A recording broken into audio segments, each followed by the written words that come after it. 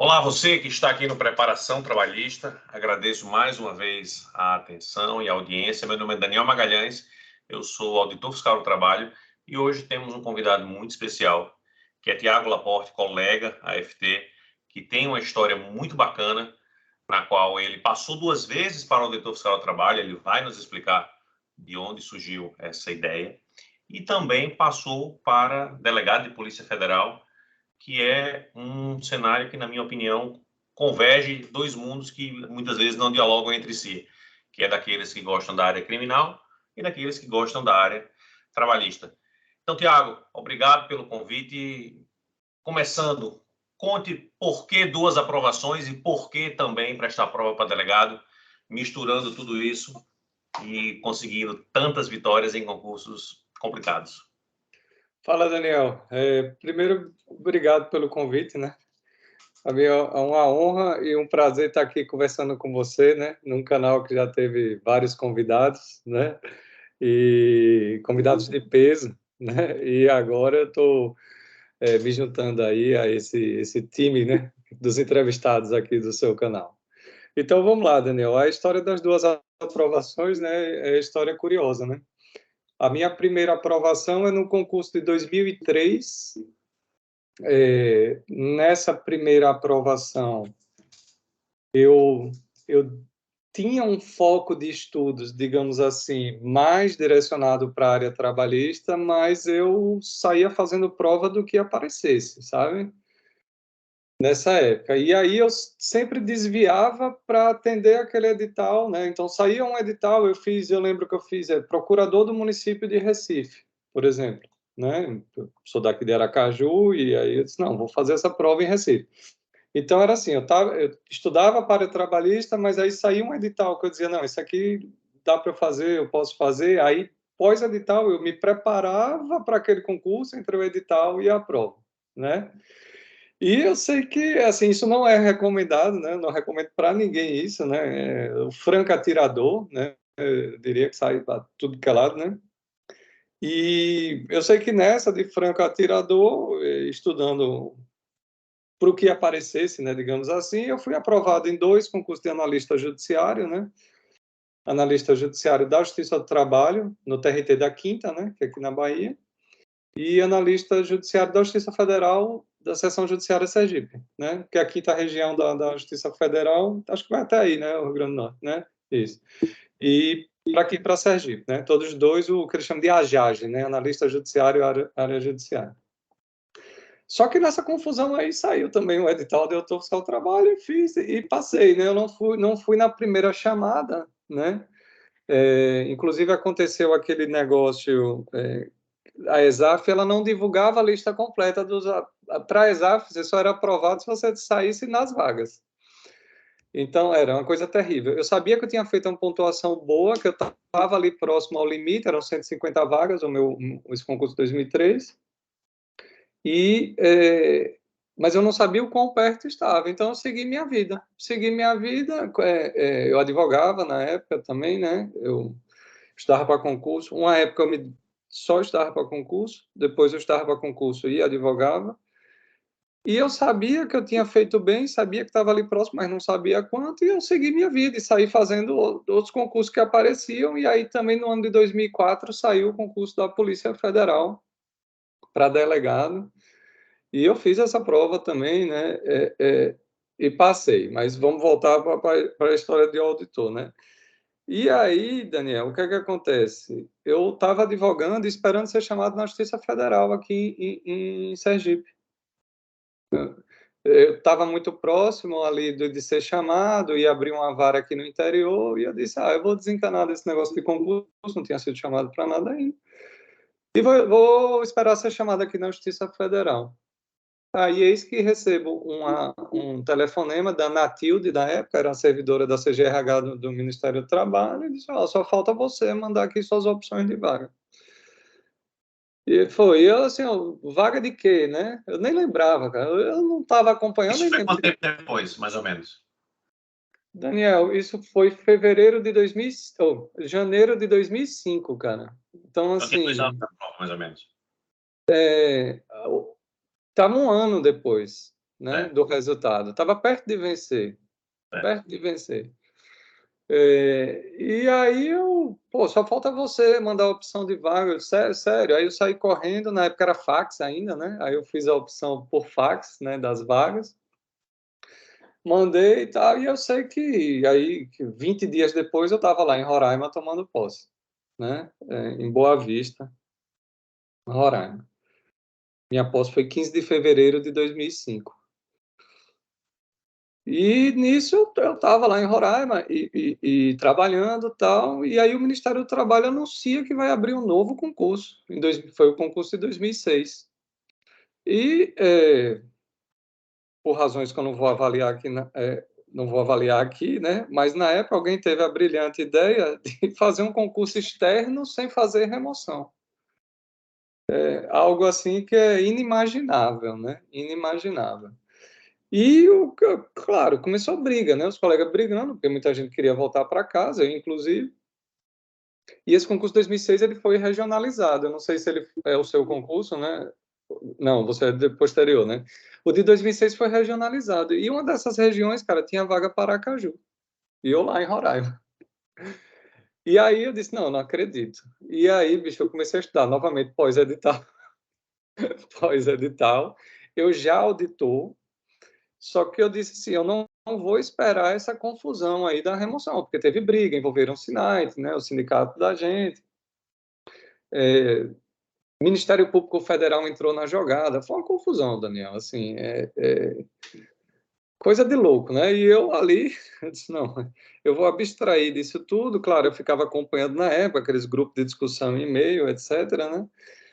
Mas aí eu foquei, né? Foquei e disse, vou estudar. E fui aprovado, né, novamente para o mesmo cargo de auditor, em quinto lugar, que me rendeu uma vaga em Aracaju. Só que essas coisas não foram tão tranquilas. Por quê? Nesse concurso de 2006, como ele era regionalizado, o que é que aconteceu? Você escolhia duas coisas. Você escolhia o lugar onde você iria fazer a prova, onde você ia sentar lá no dia para fazer a prova, e você escolhia a região para a qual você queria concorrer. Quando eu me inscrevi, Daniel, por alguma razão, eu imaginava que eu ia estar em Aracaju na época da prova. Eu não lembro se foi mudança de mudar a data, porque às vezes mudam, né, a data da prova, né? Ou não sei se foi alteração minha de férias, eu não sei. Eu só sei que depois, no fim das contas, eu não iria estar em Aracaju na época da prova. Eu ia estar em Roraima. E aí eu liguei para alguém lá na ESAF, em Brasília, e disse, olha, eu já estou inscrito, estou concorrendo ao grupo lá, não lembro o nome, mas é o grupo lá que tem a vaga em Aracaju, só que eu estou previsto para fazer a prova em Aracaju, eu não vou estar em Aracaju. A pessoa disse, não tem problema não, você faz outra inscrição e na que você sentar para fazer a prova, a gente desconsidera a outra, e tranquilo. Eu fui e fiz isso, né, conforme prometido.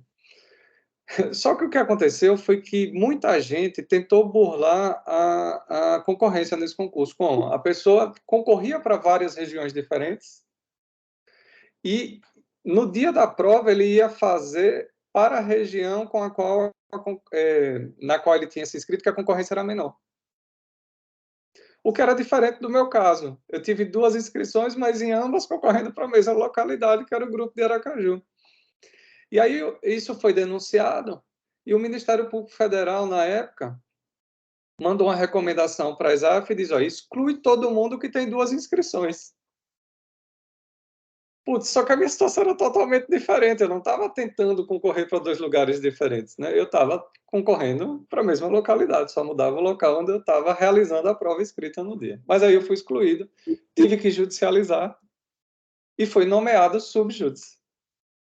Só que nessa confusão, o Ministério do Trabalho foi obrigado judicialmente a fazer a remoção, o que assim, porra, natural, né, cara? A prioridade é para quem está... E aí, na remoção, eu fui para Ilhéus. Eu fui removido para Ilhéus, na Bahia. Então, eu estava já em Ilhéus trabalhando e fui nomeado subjúdice para Aracaju. Aí eu disse, rapaz, eu não vou tomar posse não, porque assim, eu não era estável ainda. Então, eu teria que pedir exoneração e tomar posse de novo, né? Na época, acho que já tinha progredido, aquele A1, A2, A3, eu não lembro direito, né? Mas eu já tinha passado tempo na carreira, ia voltar, e ainda ia ficar subjúdice. Eu disse, rapaz, quer saber de uma? vou desistir dessa segunda nomeação. Passou, a gente tem aquele prazo, acho que é 30 dias, né, lá na Lei 8.112, foi tornada sem efeito, e eu fiquei trabalhando, continuei trabalhando em Ilhéus. Só que o pulo do gato foi que eu pedi remoção para Aracaju. E o fundamento do Ministério do Trabalho foi que não havia vaga em Aracaju. Aí eu apliquei a teoria dos motivos determinantes. Eu disse, tem sim, tem a minha, que eu fui nomeado e não tomei posse. E aí eu vim para Aracaju removido sub judice em 2007. O que é diferente de ser impostado sob júdice, claro. O que é diferente. Porque na pior das hipóteses, Sim, eu voltaria voltaria para Ilhéus, né? E aí essa remoção depois eu acabei vindo administrativamente mesmo, acho que 2009. Pouco tempo depois eu vim para cá administrativamente. Então, eu fiquei fora de Aracaju 2 anos e meio, mais ou menos. De fevereiro de 2005 até agosto de 2007, mais ou menos. E aí, quando eu já estava aqui, eu fui chamado para a Academia de Polícia Federal. certo. Porque eu já tinha feito essa prova, acho que o edital foi 2004, acho que 2004. E aí eu fui chamado para a academia. Só que, cara, assim, eu acho que concurso, são duas, claro que se eu tivesse desempregado eu iria, óbvio, né? Mas eu acho que tem a questão da vocação também, né, Daniel? Eu gostava do que fazia na época como auditor, eu estava feliz como auditor fiscal do trabalho e nunca me identifiquei com a área criminal. Desde o tempo de faculdade, eu nunca tive nenhuma identificação. Então, quando eu fui chamado para a academia, eu não fui. Eu disse, não tem interesse, não, desisti. Mandei aquela carta lá, né, de desistência e não fui para a academia de Polícia Federal. E nessa trajetória aí, Laporte, o que é que você acha que poderia ter sido feito de maneira diferente se você tivesse o conhecimento que você tem hoje aí, já com 18 anos, né, como auditor, foi professor de Direito Previdenciário, conhece o mundo dos concursos. O que é que o Laporte de quase 20 anos atrás, aliás, de 20 anos atrás, né, que foi 2003, fez e o de hoje não faria diferente, que faria diferente, de forma que quem nos assiste consiga entender melhor quais são os caminhos que a gente pensa serem os mais adequados nessa trajetória? Daniel, assim, eu naquela época eu estava muito ansioso para passar, sabe?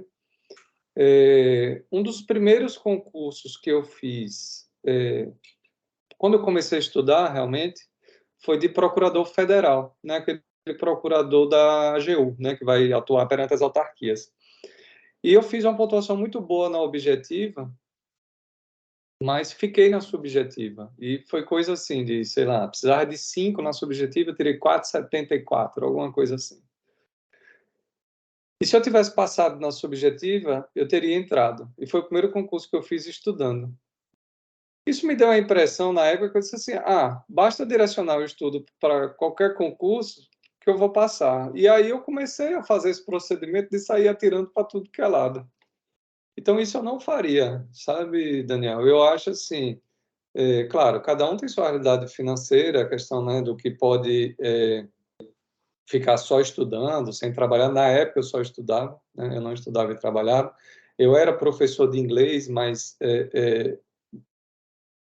a partir do momento que eu decidi só estudar, eu parei da aula de inglês. E eu fiquei nessa, sabe, Daniel, atirando. Aparecia um, eu dizia, esse, vou fazer. Aparecia outro, esse, vou fazer. Isso eu não recomendo, cara. Hoje eu recomendo realmente um foco específico e persistir naquilo, sabe? Um estudo direcionado, planejado. Você acha que 900 vagas deveriam fazer com que a pessoa esquecesse quaisquer outros concursos? Porque nesse segundo semestre vão existir concursos de TRT, vai existir concurso de TSE, tem uma galera migrando de advocacia pública, vão ter algumas PGS. Você acha que com 900 vagas esse seu argumento se intensifica ou você acha que as 900 vagas vão aumentar a quantidade de vagas, mas também vai aumentar a concorrência, o que vai dar mais ou menos a mesma coisa? O que é que você acha desse cenário? Eu acho, Daniel, assim, que quem realmente quiser ser autor fiscal do trabalho, essa é a melhor chance, né? E a melhor chance, acho que da história, né, Daniel? 900 vagas, né? O que pode acontecer, Daniel. E aí, voltando aí para o meu exemplo da Polícia Federal, né? Eu falei aqui, eu digo, ó, eu não tenho afinidade com a área criminal, mas na época eu estava estudando bem, sabe? E era um concurso grande esse da Polícia Federal, não lembro quantas vagas, Daniel. Aí, quem estiver nos assistindo depois procura no Google, mas foi um concurso grande de delegado da Polícia Federal. E eu disse assim, rapaz, não é uma área que eu estude, não tenho muita afinidade, mas eu vou fazer essa prova. E aí eu já fiz sem direcionar foco. Eu vou fazer essa prova. E eu fiz a prova, era a prova CESP, daquela certo e errado, e fiz uma prova de um modo estratégico. Então, por exemplo, processo penal, uma matéria que eu não estava desde a faculdade, eu praticamente deixei em branco a prova, né? Porque CESP, quando você erra, anula, né? Então, o que foi suficiente para eu passar na prova de delegado federal, mas claro que não foi nas cabeças, né? Não foi uma pontuação top, mas o suficiente para entrar nas vagas e ser chamado para a academia de polícia. Então, eu acho que quando a gente tem um concurso grande como auditor, é o seguinte: vai acontecer isso aqui que eu estou falando, acontecer com outras pessoas. Como assim? O cara que está ali estudando, está preparado, está num nível muito bom, ele vai ali, pô, vou aqui ver se dá. E pode ser que dê. Pode ser que dê, como deu para mim lá há quase 20 anos atrás. Mas eu não recomendo. Eu não recomendo. Eu recomendo o seguinte: é o cara que dissesse, não, eu quero ser autor fiscal do trabalho, é o cara aproveitar que tem um prazo grande, né, Daniel? A gente tem aí edital previsto até dezembro para sair. Eu acredito que o edital vai sair perto da data limite. Então, a gente está falando em prova no início do ano que vem. Então, assim, o cara que quiser ser autor fiscal do trabalho, cara, a hora é agora. É o cara se preparar esses, sei, 8 meses, 9 meses aí, e ele ter foco nisso, que ele vai passar, ele vai entrar. Me diga uma coisa, essa é uma pergunta muito recorrente lá no meu Instagram, @prof. Daniel Magalhães, e no seu Instagram aí, daqui a pouco você diz também o seu Instagram, se as pessoas deveriam estudar simultaneamente para provas objetivas e discursivas. Na maior parte dos casos, eu sugiro que não seja feito isso. Mas a gente diverge em uns pontos, converge, acredito, na maior parte deles, mas eu queria saber a sua opinião. A pessoa deveria estudar ou não simultaneamente, ou no seu caso, você faria isso? Ô, Daniel, eu ainda não começaria a pensar nisso, não, em prova discursiva, pelo seguinte, Daniel, a gente não sabe como vem, né, a prova discursiva. Então, eu deixaria um pouco mais para frente, tá? Claro, assim, cada caso é um caso, né, Daniel? Prova discursiva faz muita diferença, né? A gente teve concurso para a Receita Federal agora. Eu assisti alguns vídeos no YouTube, assim, de candidatos que estavam muito bem e ficaram de fora, na prova da Receita Federal. E gente que não estava tão bem e entrou, né? Então, assim, claro que cada caso é um caso, mas dando uma resposta genérica, o que eu tenho, né, respondido às pessoas que falam comigo no Instagram, eu digo, olha, sem saber a sua situação específica, né? Eu digo para essas pessoas, eu digo assim, ó, estude pelo menos 3 disciplinas com olhar diferenciado. Quando eu digo assim, olhar diferenciado, é já pensando numa eventual prova discursiva. É direito do trabalho, é natural, segurança e saúde no trabalho e direitos humanos. Então, assim, eu acho que essas 3 matérias, o candidato já deve estudar ela, mas tendo em mente que isso provavelmente virá numa prova discursiva, tá? Agora, claro, ele sentir necessidade que precisa praticar de agora, né, tem alguma insegurança, já sabe que ele tem uma deficiência por causa de concursos anteriores, cara, então começa, né? Então começa, tá? Mas eu acho que ainda dá para começar mais para frente. Beleza. Você interage com muitas pessoas e acredito eu que você veja em alguns candidatos assim um perfil de aprovado, um perfil que supostamente lhe desperte uma segurança de que aquela pessoa está no caminho certo. Me diga aí umas 4, 5 coisas que você vê nas pessoas que lhe dão essa ideia de que essa pessoa está bem encaminhada, porque isso serve para quem nos assiste mirar nesse perfil que a gente fala e na tentativa de, à sua maneira, chegar lá e convergir para esse padrão. Quais seriam esses perfis ou essas características que você tem de um candidato que está mesmo em ponta firme?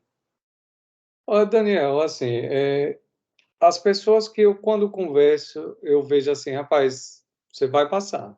Primeiro, são as pessoas que sabem o que querem, né? São as pessoas que estão vendo esse concurso como uma grande oportunidade, porque é uma grande oportunidade, né? São as pessoas que sabem que querem ser aprovadas no cargo de autor fiscal do trabalho, são as pessoas que estão fazendo um estudo direcionado para o concurso de autor fiscal do trabalho, né? Segurança e saúde no trabalho, direito do trabalho, direitos humanos, né? Que estão fazendo um estudo direcionado, né? É um edital que costuma vir grande, né, Daniel? A gente sabe que são editais que vêm robustos, né? Vamos colocar assim, né? Então, são pessoas que estão fazendo esse estudo direcionado e são pessoas que estão executando, né, Daniel? É o mais importante, cara. Porque a gente falar o que tem que ser feito, você fala, eu falo, né? A gente auxilia, a gente orienta os alunos, mas, cara, no fim das contas, vai passar é quem executar, né? Ou seja, é quem estudar, né? Então, aquelas pessoas que eu sinto que estão com foco, que estão determinadas e que estão estudando, essas fatalmente vão passar. A nossa carreira, ela tem algumas similaridades com a Receita, e os concursos, eles também têm um histórico de sair em momentos próximos. Você acha que a gente vai beber da fonte da Receita no aspecto do edital? Você acha que tem algum edital aí que vai dominar o nosso, meu, de 2013, ou o da Receita do ano passado? Essa é uma insegurança muito grande das pessoas e também é uma dor que eles têm. A gente vai ter matérias, na sua opinião, no seu chute, que viriam emprestadas do edital da Receita, e aqueles mais avançados já poderiam, eventualmente, se basear por esse edital para iniciar os estudos nelas? Daniel, eu acredito que sim. Veja, né, a gente está falando de duas carreiras, como eu digo, carreiras irmãs, né? Mesma lei. Quando os editais eram feitos pela ESAF, né, como aconteceu nos meus dois casos, né, 2003, 2006, isso era certo, né? Porque a ESAF fazia a prova da Receita e fazia a nossa, né? Como a ESAF não existe mais, né? Rolou até uma conversa aí, né, na entrevista da ministra, né? Quem sabe reativar essa área de concurso da ENAP, né? Que absorveu a ESAF. Mas, assim, eu acredito, Daniel, sim, em similaridade de editais, né? Principalmente se for a mesma banca, né? Claro, a gente não tem banca ainda, né? Mas se for a FGV, principalmente. E eu acho que é natural que isso aconteça. Ali tem um ciclo básico, né, de disciplinas que costumam ser comuns, né, as duas carreiras, né? E nesse sentido, por exemplo, eu apostaria num TI muito mais naquela pegada do edital da Receita, né, que foi a parte de fluência em dados, né? Então, eu realmente eu acho que são grandes essas chances, né? É claro que quando a gente vai para as específicas, aí a coisa, né, distancia, né? Mas naquela a parte ali de conhecimentos gerais, né? Acho que a FGV chama de conhecimentos gerais, né? O CESP acho que chama de conhecimentos específicos. Eu acho que tem sim conhecimentos gerais. Eu acho que os dois chamam conhecimentos gerais, né? Tanto CESP como FGV. Eu acho que sim, tem chance de vir bem parecido.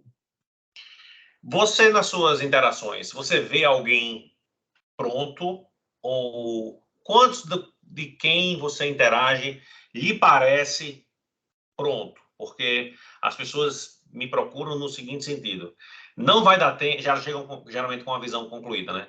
Não vai dar tempo, não tenho condições, o edital é muito grande. A maior parte das pessoas com quem você conversa são pessoas que já estão prontas, por exemplo, se o edital saísse, sei lá, daqui a um mês? Não, de jeito nenhum. A minoria são pessoas que eu diria assim que já estão prontas. E ainda vou mais longe, Daniel. Essas pessoas que estão prontas, 8 meses é muito tempo, né? Então, quem está pronto hoje, daqui 8 meses, se não mantiver ritmo, se não mantiver foco, não vai estar competitivo daqui a 8 meses, né?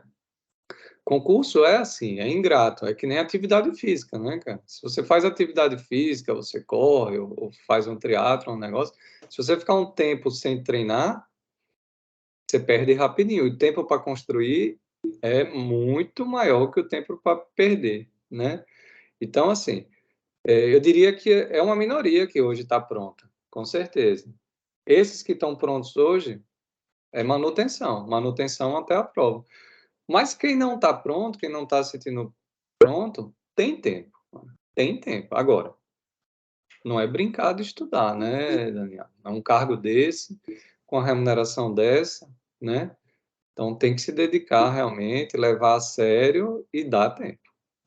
Vamos afunilar aqui para a persona que esteja no aspecto de manutenção. O que é que você acha que uma pessoa dessa, se fosse o Thiago de 2003 ou 2006, que tivesse nessa fase de mais manutenção e refinamento, quais seriam, assim, as 3 ou 4 metas principais que você acha que uma pessoa dessa teria que adotar?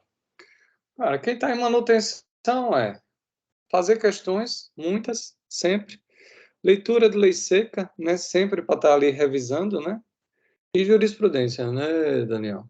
Então, questão, lei seca, jurisprudência. Isso que o cara não precisa mais estar vendo teoria para estar entendendo, né? Só para ele estar ali se atualizando. E esse cara que está pronto hoje, esse sim, encara uma discursiva já, mesmo sem deficiência, já começa a treinar para chegar voando na prova, né?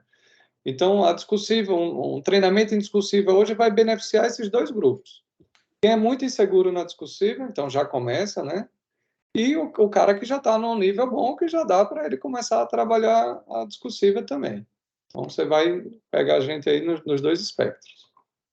E aquele cara que está mais no começo ou no meio da trajetória, o que é que você acha que ele pode fazer que dentro, em alguns meses, espera-se que o coloque nesse perfil um pouco mais avançado? Daniel, é volume de estudos, né, cara? Daí não tem como fugir muito disso. É ele caminhando com todas as disciplinas, né, simultaneamente, volume de estudo, vai formando o volume. Aquelas que ele for finalizando, né, caso ele finalize algum, ele entra num processo de manutenção, né, nessa linha do que eu falei, vai mais resolver questão, mais ler uma jurisprudência aqui, um informativo aqui, outra ali. Mas esse pessoal que está no início e que está numa carga intermediária, digamos, né, esse pessoal tem que acumular volume de estudo, né? Não tem como fugir. O tema NR no seu concurso de 2006 foi um concurso bem casca-grossa em termos de saúde e segurança no trabalho. O que você fez à época daria certo hoje? Você acha que o órgão tem chance de cobrar um conteúdo bem mais de saúde e segurança ou um conteúdo bem mais jurídico? Eu acho que vem bem balanceado, sabe? Os concursos de 2003 e 2006, né, que foram os dois que eu passei, foram concursos com perfis absolutamente diferentes, né? O concurso de 2003 foi o último concurso do AFT Legislação Puro, de 2003, né? Que a gente tem até aquela numeração diferente da CIF, né? A CIF 0, né? Então, o concurso de 2006 já foi o primeiro concurso voltado mais para a área de segurança e saúde, e depois o que na carreira a gente brinca, né? Os flex, né? O concurso de 2006, Daniel, ele foi pesado, né, em NR, muito pesado em NR. O que eu fiz naquela época, cara, foi estudar a NR, né, a lei seca da NR. Como eu era auditor, né, já, né, então, assim, os conceitos não eram estranhos, então eu não tinha dificuldade na compreensão daquilo. Agora, o conhecimento de dia a dia é absolutamente diferente do conhecimento para uma prova, né? Então, o que eu fiz realmente até a prova, né, e que funcionou, né, tanto a aprovação e bem classificada, né? Muita leitura e repetição de NR, até realmente saber aquele assunto praticamente de cor, né? Mas a compreensão do assunto eu já tinha, né? Trabalhava com aquilo, já era auditor, então realmente o gap é menor, né, Daniel? O gap é menor. Você acha que algumas formações específicas têm privilégios, vamos assim dizer, tem vantagens na hora de prestar um concurso como esse, porque sempre as pessoas me digam, ontem ele disse, professor, eu sou psicóloga, estou correndo por fora. Na minha opinião, não necessariamente não, mas as pessoas gostam de ouvir e que seja reafirmado ou não também pela boca de outra pessoa. Aqueles que, obviamente, têm formação jurídica querem saber que estão em vantagem, é claro. E os que não estão querem saber que não têm muito a perder se fizerem a parte deles. Como é que você pensa acerca disso? Daniel, assim, para concurso, cara, para concurso, a formação pouco importa, sendo bem sincero. O primeiro concurso que eu fiz formado, foi para o TRT daqui da 20ª região, teste de técnico analista. Eu estava formado, não estava estudando ainda, mas estava formado. E assim, eu me formei em Universidade Federal com a média alta, eu tive média 8,9 num curso de graduação em Direito, a média alta. E fui fazer a prova do TRT. Eu disse, não, eu me formei, é uma área ali que eu simpatizo, vou fazer o concurso. Cara, eu não saí nem na foto, cara. Assim, não saí nem na lista, né? Então, assim, a formação por si só, Daniel, não quer dizer nada não, cara. Não aprova, né? Não aprova. Agora, eu acho assim, quem, por exemplo, já vinha estudando para a área de tribunais, né? Constitucional, administrativo, trabalho, claro, vai levar esse estudo para o concurso de auditor. Em compensação, vai cair a contabilidade, a economia do trabalho, né? Quem vinha, por exemplo, estudando para a área do físico, né? E aí normalmente é o pessoal das exatas, os engenheiros e tal, né? Então eles vão trazer essa vantagem, né? Então, assim, o concurso normalmente ele pega todo mundo ali praticamente na mesma posição. Então, não é a formação que vai botar ninguém ali na frente do outro, né? E aqui em Sergipe, e nos concursos que eu passei, e eu imagino que aí no Rio Grande do Norte também, no seu concurso, tem gente das mais diversas formações, né? Gente dos mais diversos campos do conhecimento, né? Tem muita gente formada em direito? Tem, mas porque eu acho que, estatisticamente, tem muita gente formada em direito, né? Mas tem muito engenheiro, tem médico, tem de tudo, né? Então, essa questão, essa insegurança, né? Ou excesso de confiança, eu acho que o candidato ele tem que tirar da cabeça, né? O fato de ser formado em direito não coloca em vantagem e o fato de não ser formado em direito não coloca ninguém de desvantagem, especialmente nesse concurso. Perfeito. Você dividiu tempos na sua vida nos quais você estudava apenas e você estudava e trabalhava. A maior parte da minha leitura hoje de quem estuda para auditor estuda e trabalha ou estuda e tem algumas outras atribuições. Como é que você organizaria assim mais ou menos o seu tempo? Se você fosse estudar para a SFT 2024, você sendo servidor, ou então você tendo atribuição, sendo pai de dois, pai de dog, tendo todas essas suas rotinas, como é que você faria que você apostaria que, pô, assim eu acho que vai dar certo? Primeira coisa, Daniel, é que o combinado não sai caro. Então, é você chegar em casa, conversar com a sua esposa, com seu marido, né? E dizer assim, olha, meu plano é esse é um projeto de vida e é um projeto da família. Esse é o primeiro ponto, né? Estando todo mundo de acordo, né, o ok, né? E aí você tem que pensar qual é o horário que funciona melhor para você estudar. Então, ajeitou com a família, tá tudo combinado, é um período, né? Vai passar com fé em Deus e a vida vai ser outra após a posse, né? Então, o que é que precisa fazer para chegar lá? Você precisa reservar um tempo ali para estudar. Então, aí a pessoa tem que tentar encaixar na rotina aqueles momentos de estudo. E quando eu falo momentos de estudo, estudo de qualidade, né, Daniel? É parar realmente e dizer assim, não, esse tempo aqui é o tempo que eu vou me trancar, né? Vou esquecer do mundo e vou estudar.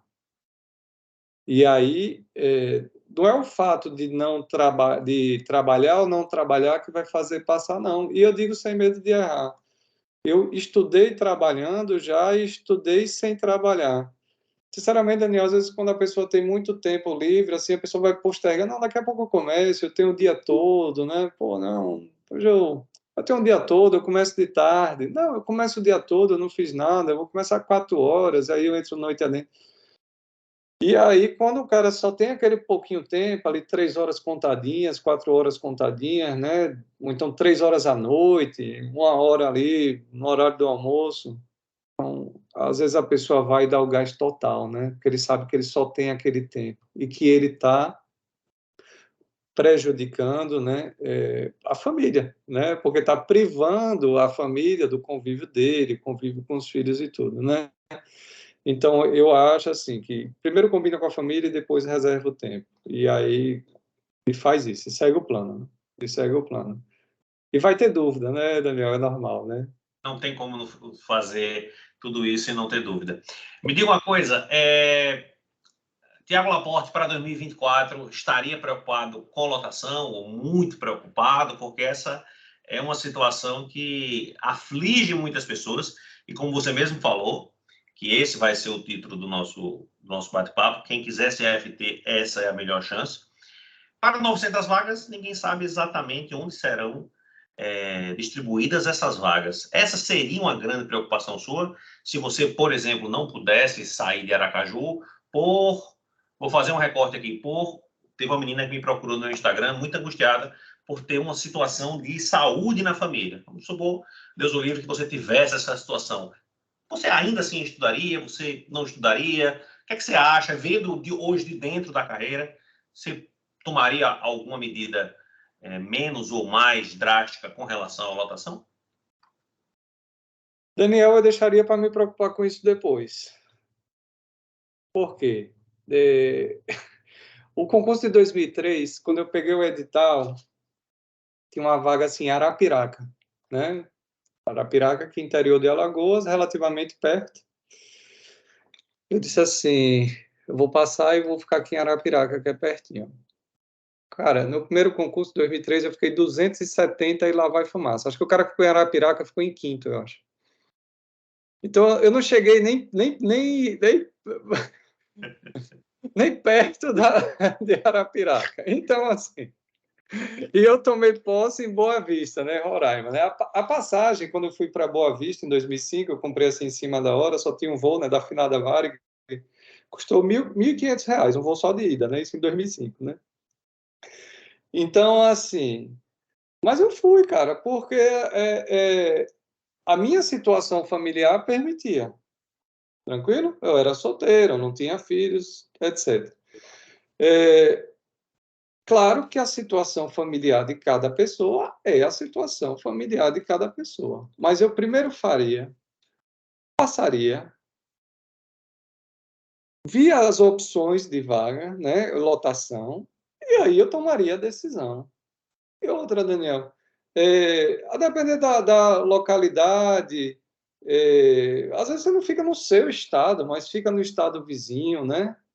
Então você vai integrar um grupo móvel, alguma coisa assim, que tem maior flexibilidade. Então, assim, eu não descartaria, Tiago, né? Claro, né? De cara, fazer ou não o concurso por conta da possibilidade de ir para outro lugar.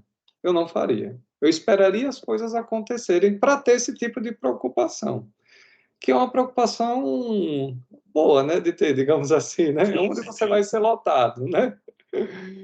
Mas é natural do ser humano, né, que depois que entre, aí ele já resolveu aquele problema, acabou com aquela angústia, passou, né, já tomou posse, e aí ele vai resolver os outros problemas, que é a lotação, é estar mais próximo, né, da família, é natural.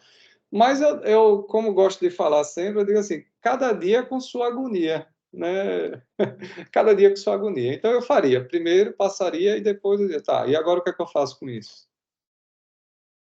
Perfeito. Essa frase também é boa. Cada dia com sua agonia. Você tem recomendado, por exemplo, que as pessoas estudem para falar de uma agonia que também foi minha agonia, e hoje, se eu viesse a estudar para um concurso com isso, ainda assim seria minha agonia? Contabilidade. Você tem recomendado que as pessoas olhem, estudem? Como é que tem sido essa sua abordagem com relação a essa matéria específica? Eu sempre brinco, eu digo assim, a pergunta é de US$ 1 milhão, né, Daniel? Ninguém sabe se vem, se não vem, e particularmente falando, eu estudei direito previdenciário na faculdade e gostei muito de direito previdenciário. E em 2002 ou 2003, ali próximo do concurso de autor fiscal do trabalho, saiu o concurso de fiscal da Previdência Social na época, né? O finado fiscal do INSS, que depois vira autor fiscal da Previdência Social, que depois vira autor fiscal da Receita Federal. Eu fiquei doido para fazer aquele concurso, mas uma das coisas que me fez desistir foi que caía contabilidade. Então eu peguei aquele troço para estudar e eu disse, não dá para mim. Nos 2 concursos que eu fiz e fui aprovado para a FT, não caiu, né?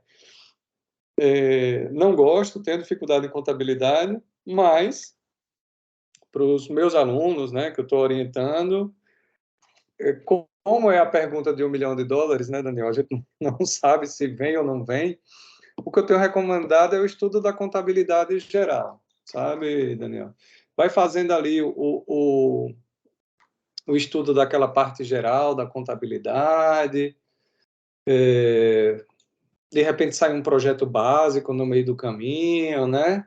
Porque eu acho muito difícil, pós-edital, o cara aprender contabilidade pós-edital, do que simplesmente sair o edital sem contabilidade, vai tira, o cara já estudou, pronto, beleza, ele elimina aquilo e vai para a prova sem aquilo. Então, eu acho que você ali, para aprender contabilidade, em 60, 70, sei lá, 90 dias, na pressão, né, porque pós-edital é pressão, né, então eu não recomendo, sabe? Eu acho interessante um estudo daquela contabilidade geralzona ali, até o edital.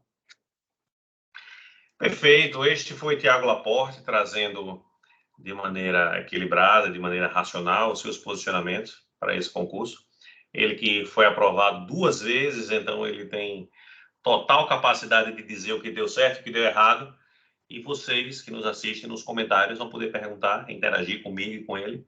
E no perfil dele, Laporte Tiago, não é isso? Laporte Tiago, exatamente. Tiago com TH. Tiago com TH. Ou no meu perfil, @prof. Daniel Magalhães. A gente conversa sempre, como sempre, a gente conversou. Tiago, era isso. Só agradecer sua atenção. Pode mandar um recado final. Eu que agradeço, Daniel, pela oportunidade de vir aqui, né, e falar. Eu sei que essas conversas são muito boas, né? A gente passa um pouco da nossa experiência, né? Nós não sabemos tudo, né, Daniel? Nós não somos donos da verdade de forma alguma, mas eu acho que quando a gente tem uma conversa assim aberta, franca, a gente consegue acalmar um pouco algumas angústias, né? E eu acho que por isso que é importante esse tipo de trabalho, esse tipo de conversa, né? É ajudar as pessoas que querem se tornar auditores fiscais do trabalho, né? E que às vezes estão meio perdidos, né? E angustiados, né? Então eu acho que esse tipo aqui de conversa que a gente teve ajuda bastante essas pessoas. Então queria agradecer aqui pela oportunidade, né? E dizer que estou ansioso, Daniel, para receber os novos colegas. Ansioso mesmo. Se Deus quiser, em breve chegarão. Meu amigo, um grande abraço, viu? Até a próxima. Obrigado, Daniel. Um abraço. Até mais. Até mais.